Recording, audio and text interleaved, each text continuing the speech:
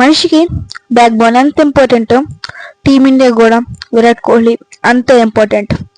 ఇది నేను చెప్తున్న మాట కాదు, చాలా మంది క్రికెట్ సీనియర్ నిజంలో చెప్తున్నమాట.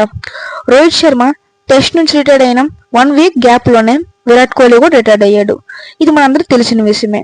అయితే దాని తర్వాత ఇంగ్లాండ్ తో 5 టెస్ట్ మ్యాచెస్ కి బరిలోకి దిగింది టీమిండియా. ఆ టెస్ట్ మ్యాచెస్ లో ఇంగ్లాండ్ 2 మ్యాచెస్ గెలిచింది, ఇండియా కేవలం 1 మ్యాచ్ మాత్రం గెలిచింది.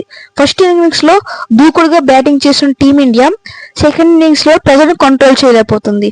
ఇంగ్లాండ్ ప్లేయర్స్ దూకుడు ఆట ముందు, వాళ్ళ స్లెడ్జింగ్ ముందు టీమిండియా నిలవలేకపోతుందని కొంతమంది సీనియర్స్ పేర్కొన్నారు. అయితే టీమిండియా మాజీ ఆటగాడు మదన్ లాల్ విరాట్ కోహ్లీ రీఎంట్రీ ఇస్తే బాగుంటుందని పేర్కొన్నాడు.